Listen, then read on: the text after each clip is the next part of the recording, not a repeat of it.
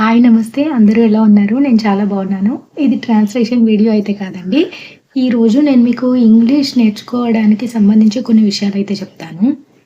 చాలామంది కూడా English నేర్చుకోవడాన్ని start చేస్తారు, ప్రారంభిస్తారు. బట్ చాలామంది మధ్యలోనే ఆగిపోతున్నారు. అండ్ వాళ్ళకి నమ్మకం ఉండదనమాట. నేను ఇంగ్లీష్ నేర్చుకోలేను ఇంకా, నా వల్ల సాధ్యం కాదు అన్న ఫీలింగ్‌తో వాళ్ళు మధ్యలోనే ఆగిపోవడం వల్ల వాళ్ళింకా ఇంగ్లీష్ నేర్చుకోలేకపోతున్నారు.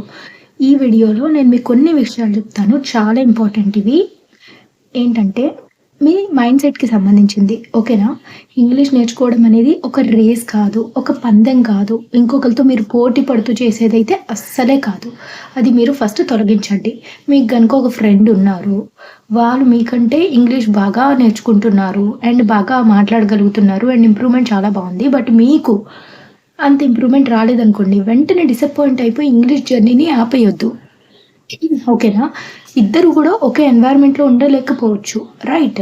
ఇద్దరికీ కూడా ఒకే సర్కమ్‌స్టాన్సెస్ లేకపోవచ్చు. కాబట్టి ఎప్పుడు కూడా ఇంగ్లీష్ లెర్నింగ్ జర్నీ మీరు గనక స్టార్ట్ చేస్తే ఖచ్చితంగా అది పూర్తి చేయడానికి ట్రై చేయండి. అండ్ అంతే కాకుండా మీరు ఏ లెవెల్ అయితే అచీవ్ చేయాలి అనుకుంటున్నారో అది అచీవ్ చేసే వరకు అస్సలు వదిలిపెట్టొద్దు.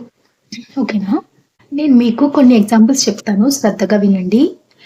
ఇద్దరు వ్యక్తులున్నారు. ఒక అమ్మాయి పేరు రీనా అనుకుందాం. ఇంకొక అమ్మాయి పేరు రాణి అనుకుందాం. రీనా అండ్ రాణి వీళ్ళిద్దరూ ఫ్రెండ్స్. ఏంటంటే ఇద్దరు కూడా ఒకేసారి ఇంగ్లీష్ లెర్నింగ్ జర్నీని ప్రారంభించారు. రీనా రోజుకు 4 గంటల సమయాన్ని కేవలం ఇంగ్లీష్ నేర్చుకోవడానికి మాత్రమే పూర్తి కాన్సంట్రేషన్‌తో పెట్టేది. ఓకేనా? 4 గంటలు. తను 3 నెలల తర్వాత ఇంగ్లీష్ చాలా చక్కగా మాట్లాడుతుంది. అంతేకాకుండా టకామని ప్రతీది కూడా తను స్పాంటేనియస్‌గా ఒక టాపిక్ ఇస్తే మాట్లాడగలుగుతుందనమాట. వేరాజ్ రాణి గారేంటంటే ఆవిడ ఒక హౌస్ వైఫ్. అంతేకాకుండా 2 పిల్లల్ని చూసుకునే బాధ్యత ఆవిడ మీద ఉంది. ఆవిడ ప్రతిరోజు కూడా 30 నిమిషాలు మాత్రమే తన ఇంగ్లీష్ లెర్నింగ్ జర్నీకి కేటాయించగలుగుతున్నారు.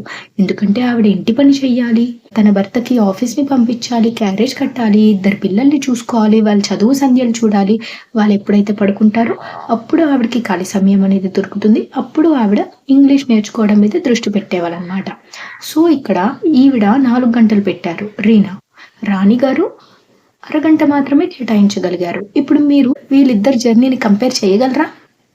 ఎవరు హార్డ్ వర్క్ చేశారంటే ఏమని చెప్తారు మీరు? కదా! ఆబ్వియస్‌లీ ఇద్దరు కూడా హార్డ్ వర్క్ చేశారు.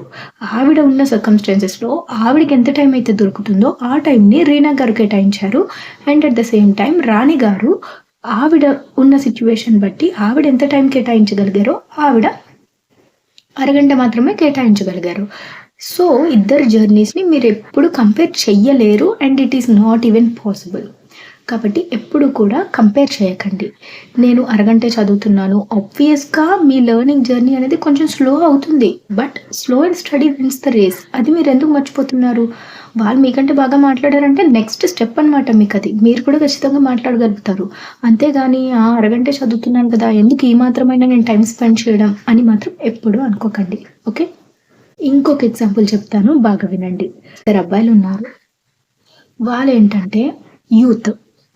ఫస్ట్ అబ్బాయి వచ్చేసి 5 మినిట్స్ మాత్రమే పరిగెత్తగలిగేవాడనమాట. తన శక్తి అంతా ఉపయోగించిన తర్వాత వెంటనే అలసిపోయేవాడు. సెకండ్ అబ్బాయి మాత్రం 2 అవర్స్ కంటిన్యూగా పరిగెట్టగలిగేవాడు. ఈ ఫస్ట్ అబ్బాయి కొంచెం ఏంటి నేను పరిగెట్టలేకపోతున్నాను అని కొంచెం బాధపడేవాడు. కానీ తనేం చేశాడంటే ప్రతిరోజు కూడా తను పరిగెట్టే సమయాన్ని కొద్దిగా పెంచుకుంటూ వెళ్ళేవాడనమాట. ఈరోజు 5 నిమిషాలు పరిగెట్టిన అబ్బాయి వారం తర్వాత ఒక 20 నిమిషాలు పరిగెట్టగలిగాడు. అలా ఇంకొన్ని రోజుల తర్వాత గంట సేపు ఆగకుండా పరిగెట్టగలిగాడు. అలా అన్నమాట. నెమ్మదిగా తన కెపాసిటీని, తన స్ట్రెంగ్త్‌ని బిల్డ్ చేసుకున్నాడు ఫస్ట్ అబ్బాయి. దానివల్ల ఏమైందంటే by the end of the 3rd month ఈ ఫస్ట్ అబ్బాయి ఎవరైతే 2 మినిట్స్‌తో తన జర్నీని, తన రన్నింగ్‌ని ప్రారంభించాడో అతను ఇప్పుడు 2 అవర్స్ కంటిన్యూస్‌గా అలసట లేకుండా పరిగెత్తగలుగుతున్నారు. వేరాజ్ సెకండ్ అతను ఎవరైతే ఉన్నారో ఫస్ట్ రోజు నుండే 2 అవర్స్ పరిగెడుతూ ఉన్నారో అతనికి మధ్యలోనే ఇబ్బంది కలిగింది. లెగ్స్ బాగా ఇబ్బంది కలిగి అతను చాలా రోజులు తన రన్నింగ్ ప్రాక్టీస్‌ని ఆపేయాల్సిన అవసరం అనేది వచ్చిందనమాట. దీన్ని బట్టి ఏమర్థమైంది మీకు? ఫౌండేషన్ ఇప్పుడు స్ట్రాంగ్‌గా ఉండాలి. మీకు మించిన దాన్ని అందుకోవడంలో తప్పు లేదు. కానీ మీరు ఎంత అయితే శ్రమించగలరో అంతే పెట్టండి. ఓకేనా? మీరు ఈరోజు 5 మినిట్సే చదవగలిగితే 5 మినిట్సే చదవండి. ఓకే. రేపు నెక్స్ట్ డే టార్గెట్ పెట్టుకోండి. ఒక 5 మినిట్స్ ఇంకొంచెం ఎక్స్‌ట్రా చదవాలని. అంతేగాని ఫస్ట్ రోజునే నేను ఇంగ్లీష్ పుస్తకం తీసుకొని బుక్ అంతా కంప్లీట్ చేసేయాలి. లేక గ్రామర్ రూల్స్ మొత్తం చదివేయాలి. లేక రోజంతా నేను ఇంగ్లీష్‌లోనే మాట్లాడేయాలి. ఇటువంటి అన్‌రీచబుల్ గోల్స్‌ని పెట్టుకోకండి. ఓకేనా? మీకు ఏదైతే సాధ్యమో మీ సర్కమ్‌స్టాన్సెస్‌తో దాన్ని మాత్రమే చేయండి. ఫౌండేషన్ ఎంత స్ట్రాంగ్‌గా ఉంటే మీ ఇంగ్లీష్ అనేది అంత బాగుంటుందనమాట. ఓకే. ఎప్పుడు కూడా ఫౌండేషన్‌లో స్టార్టింగ్ స్టెప్‌లోనే మీరు నెమ్మదిగా బిల్డప్ చేసుకుంటూ వెళ్ళాలి. అప్పుడే మీరు స్ట్రాంగ్‌గా నిలబడతారు. మీరు ఫాస్ట్‌గా ఇంగ్లీష్ నేర్చేసుకోవాలి అన్న కంగారులో ఉన్నారనుకోండి, మీరు చాలా ఇంపార్టెంట్ కాన్సెప్ట్స్ అనేవి మిస్ అయ్యే ఛాన్సెస్ కూడా ఉంటాయి. కాబట్టి ఎప్పుడు కూడా ఇంగ్లీష్ నేర్చుకునే టైంలో కంగారు పడిపోవద్దు. నిదానంగా నేర్చుకోండి. Then your foundation will be so strong that even after year you will be able to speak English fluently. ఇంకొక ఎగ్జాంపుల్ చూడండి. ఒక అమ్మమ్మ గారు ఏం చేశారంటే విత్తనాన్ని నాటారు. తన మనవరాలికి ఒక డౌట్ వచ్చింది. ఇదేంటి ఇంకా విత్తనం నుండి ఏమీ స్పందన లేదు అని చెప్పి చాలా దిగులుగా కూర్చుందనమాట. అప్పుడు ఆ అమ్మమ్మ ఒకటే చెప్పింది, ఇంకొన్ని రోజులు వెయిట్ చేయి అని. చాలా రోజులు వెయిట్ చేసింది. చూసింది 2 వీక్స్ తర్వాత చిన్నగా ఒక ఆకు అనేది బయటకొచ్చింది. ఇంకా కొన్ని రోజులు పూర్తయ్యాయి. ఆకులు ఇంకా ఎక్కువయ్యాయి. ఇంకా కొన్ని రోజులు పూర్తయ్యాయి. పువ్వులొచ్చాయి. కొన్ని నెలల తర్వాత అవి కాయల్ని ఇచ్చాయన్నమాట. దీన్ని బట్టి ఏమర్థమైందండి మనకు? ఎప్పుడూ కూడా పేషెన్స్ అనేది మనకు చాలా ముఖ్యం. ఒకవేళ ఆ పాప అమ్మమ్మ చెప్పినట్టు వినకుండా నేను ఆగను, నాకు పేషెన్స్ లేదు అని చెప్పి ఆ నాటిన విత్తనాన్ని తీసేసుంటే ఏం జరుగుండేది? ఆ విత్తనం ఏదైతే పెరగాలి, నేను బయటకు రావాలి అని ఆశించిందో ఆ విత్తనానికి లైఫ్ లేకుండా పోయేది. రైట్? సో, అలాగే మీరు గనక ఇంగ్లీష్ నేర్చుకునే ప్రయాణంలో ఉంటే మీకు పేషెన్స్ అనేది చాలా అవసరం. పేషెన్స్‌తో ఉండండి. ఓకేనా? ఒక్క రోజులో ఇంగ్లీష్ అనేది వచ్చేదు. ఇది మీరు దృఢంగా నమ్మాలి. మీరు ఎంత హార్డ్ వర్క్ చేసినా కొంత టైం అనేది పడుతుంది. It may be 6 months, 1 year. Okay. ఏదైతే మీరు టార్గెట్ పెట్టుకున్నారో ఆ టార్గెట్ బట్టి మీరు ఎక్సర్‌సైజెస్ అండ్ యాక్టివిటీస్ ఏవైతే చేస్తున్నారో అవి చేస్తూ ఉండండి. ఖచ్చితంగా ఇంప్రూవ్‌మెంట్ అనేది ఉంటుంది. మీరేం చూడాలంటే నేను ఎంత ఫాస్ట్‌గా గోల్‌ని అచీవ్ అయ్యానన్నది కాదు. మీరు వెళ్ళే దారిలో ఎంత నీట్‌గా వెళ్తున్నారు, ఎంత అచీవ్ చేయగలుగుతున్నారు, చిన్నగా ఎంత ఇంప్రూవ్ అవ్వగలుగుతున్నారు అనేది చూడండి. అప్పుడు మీకు నిజమైన ఇంగ్లీష్ లెర్నింగ్ జర్నీ అంటే ఏంటో తెలుస్తుంది. And you will definitely enjoy this English learning journey. ఈ 3 ఎగ్జాంపుల్స్‌లో మీకు ఏ ఎగ్జాంపుల్ నచ్చింది? కామెంట్ సెక్షన్‌లో పెట్టండి. ఇప్పుడైతే నేను మీకు ఒక 3 ఇంపార్టెంట్ సీక్రెట్స్ చెప్తాను. ఇంగ్లీష్ లెర్నింగ్ జర్నీలో మీరెప్పుడు గుర్తుపెట్టుకోవాల్సింది. ఓకేనా? ఫస్ట్ సీక్రెట్ ఏంటంటే never compare your self to others. ఎప్పుడు కూడా కంపేర్ చేసుకోకండి. నేను ఫస్ట్ ఎగ్జాంపుల్‌లో మీకు అదే చెప్పాను కదా! మీ సర్కమ్‌స్టాన్సెస్ బట్టి, మీ సరౌండింగ్స్ బట్టి, మీకున్న ఎన్వైర్న్‌మెంట్ బట్టి మీరు ఎంత శ్రమనైతే పెట్టగలుగుతారో అంత శ్రమని పెట్టండి. ఓకేనా? Never take it easy. ఈజీగా తీసుకోమని నేనైతే చెప్పట్లేదు. బట్ ఎప్పుడు కూడా మీరు చేసే పనిని ఇంకొకళ్ళతో కంపేర్ అయితే చేసుకోవద్దు. మీకు ఒకవేళ ఇంకొకళ్ళ ఇంప్రూవ్‌మెంట్ చూసి ఆనందంగా అనిపిస్తే వెల్ అండ్ గుడ్. ఒకవేళ మీరు బాధపడేటట్టు ఫీల్ అయితే మాత్రం దయచేసి వాళ్ళని కొంచెం దూరంగా ఉంచుకోండి. ఫర్ ఎగ్జాంపుల్ ఇప్పుడు మీరు ఒక ఇన్‌స్టాగ్రామ్ పేజ్ ఫాలో అవుతున్నారు. ఆవిడ మీరున్న ఫీల్డ్‌లోనే ఉన్నారు అండ్ ఆవిడ చాలా బాగా ఎదిగిపోతున్నారు అండ్ మీకది నచ్చట్లేదు. మీకు కొంచెం నచ్చట్లేదు ఇన్ ద సెన్స్ బాధగా అనిపిస్తుంది. అప్పుడు ఏం చేయాలంటే జస్ట్ అన్‌ఫాలో. మీ పీస్ ఆఫ్ మైండ్‌ని మీరు కాపాడుకోండి. ఎప్పుడైతే మీరు ఇతరులతో కంపేర్ చేయడం స్టార్ట్ చేస్తారో ఆటోమేటిక్‌గా మీరు పడిపోతున్నారు మీకు తెలియకుండా. ఎందుకంటే మీరు బాధపడే ఆ ఒక్క గంట మీరెంతో ప్రాక్టీస్ చేయగలిగుండేవాళ్ళు. రైట్?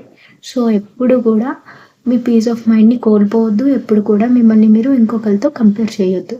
సెకండ్ సీక్రెట్ ఏంటంటే ఎప్పుడు కూడా మీ జర్నీని ఒక బుక్ లాగా దాచుకోండి. మీ బుక్‌లో పలానా రోజు నేను జర్నీని స్టార్ట్ చేశాను.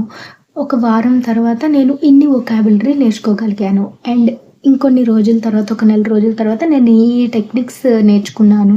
ఇన్ని మినిట్స్ నేను ఆపకుండా మాట్లాడగలుగుతున్నాను. ఇటువంటి స్మాల్ అచీవ్‌మెంట్స్‌ని ఖచ్చితంగా నోట్ డౌన్ చేసుకోండి. ఎందుకంటే మీరు ఏ జర్నీలో ఉన్నప్పుడైనా ఈ స్మాల్ మైల్‌స్టోన్స్ అనేవి మీకు చాలా ఎంతూజియాజంని ఇస్తాయి. ఎప్పుడు గూడా మీరు జర్నీలో ఉన్నప్పుడు లుక్ బ్యాక్‌వర్డ్, నాట్ ఫార్వర్డ్. ఓకేనా? మీ ఫార్వర్డ్ జర్నీలో మీ గోల్ అనేది మీకు ఖచ్చితంగా తెలుస్తుంది. I know it. బట్ మీరు ఎప్పుడైతే వెనక్కి తిరిగి చూసుకుంటారో మీకు ఆ రోజనేది గుర్తొస్తుందనమాట. ఒక రోజున మీరు కనీసం ఒక వర్డ్‌ని కూడా పలకలేకపోయారు. But now you are in a stage where you can express your feelings to the other person fluently in English. ఆ రోజు మీకు తెలుస్తుంది మీరెంత ముందుకు వచ్చారన్నది.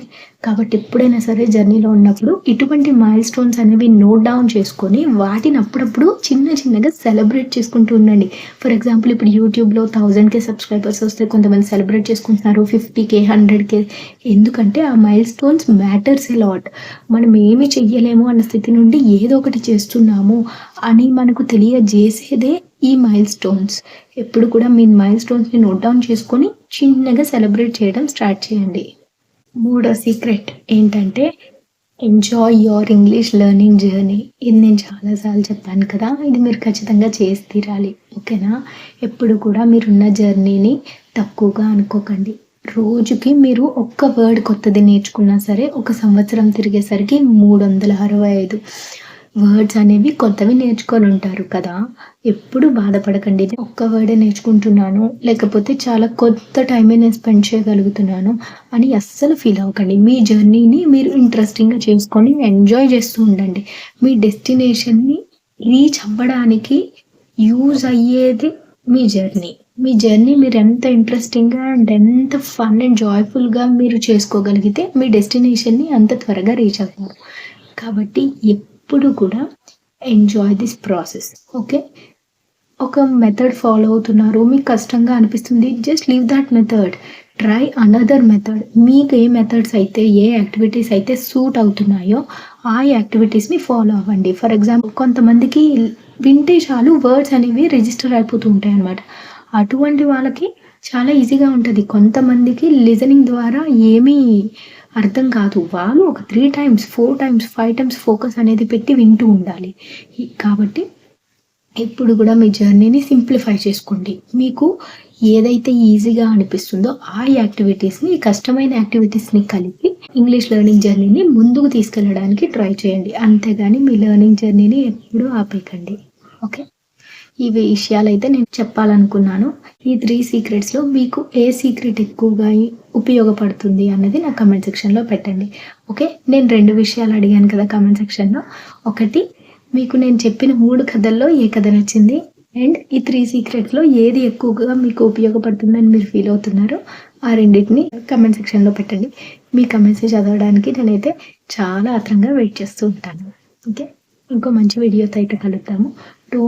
Please don't stop your English learning journey because it may be the turning point of your life.